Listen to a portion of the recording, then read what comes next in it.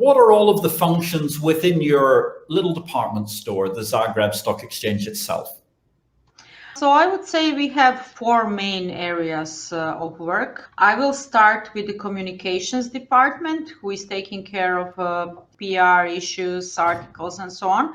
But also we have pretty developed academy where we have educated more than 15,000 people in these 10 years of its existence.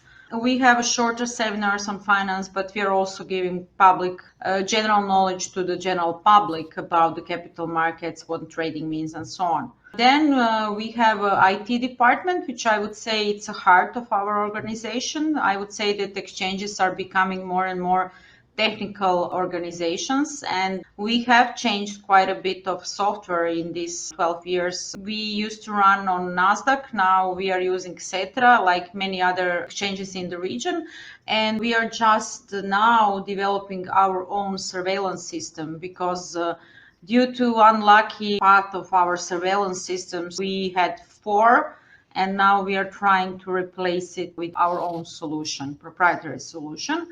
Then we have a department in charge for the market operations and surveillance. And they are actually doing everything connected with listing, members, changes of the system, and so on, when we have some new listing or some change in the trading pattern and so on. And finally, there is a legal department. Legal is another heart of the exchange because we are heavily regulated, and almost any decision in the company requires the presence of lawyers. Besides other things, we are also listed on ourselves for 5 years already.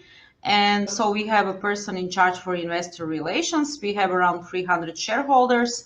And we have, of course, our daughter companies that we are managing ourselves on various ways. But domestic operations are handled from here. It's a tower in Zagreb, 22nd floor.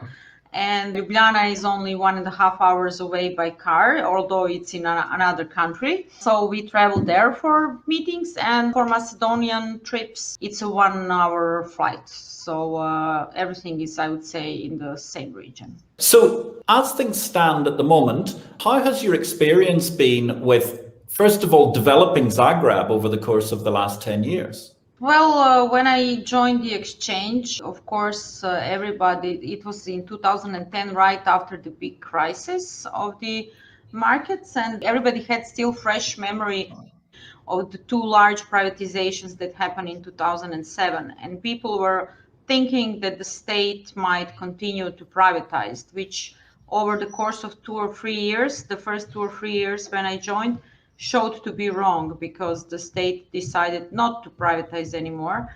And then we were just sitting and thinking what we can do to somehow bring the liquidity to the market, because obviously there was enough investors, but there were not enough investment cases. And we decided first to go international to try to acquire some other exchange. And then after that, we also decided to build up the whole path of financing for the companies in all stages of development. So for the smallest ones, like startups and very small SMEs, we entered into partnership with Funderbeam from Estonia, which at that time it was a platform built on blockchain. Now they changed technology, but they are still running this market. And we started organizing financing for these very small companies. It was considered very revolutionary from the other exchanges, if I can say so. Many of them were thinking about it, but I am not aware that any other exchange has entered into such a partnership. But for us, it was very valuable because these small companies are growing and they basically have the capacity to become larger. The second platform that we started, although I have to say it's less successful than the Funderbeam, is Progress, which is SME growth market, one of the ideas of the Capital Markets Union, which I have to say still didn't bring benefits to the exchanges, especially to the smaller exchanges that I have been expecting. And then we have regulated market. On the regulated market happened something which is very common for the transitional countries. And this is that we had a law which forced the companies to list. And at one moment we had 450 companies on the exchange. For comparison, Vienna has 100. So in the course of the years, we had a lot of companies that were actually not ready for the exchange. So I'm not a big fan of mandatory listing to the exchange in any economy. If the companies don't want to come by themselves, it doesn't really make sense to force them in any way.